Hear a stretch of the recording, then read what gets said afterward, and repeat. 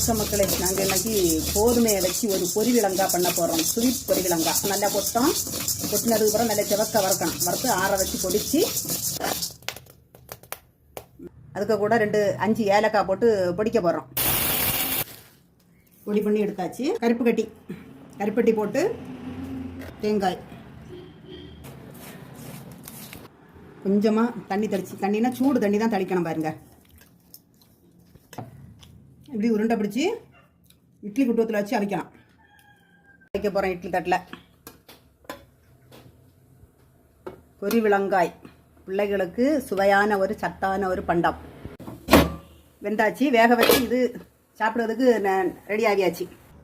சாயங்காலம் சாப்பாட்டுக்கு ஸ்நாக்ஸுக்கு பிள்ளைகளுக்கு கொடுக்குறது ஹெல்த்தியான ஒரு பண்டம். கோதுமையில் பண்ணினது பொரிவிலங்காய்.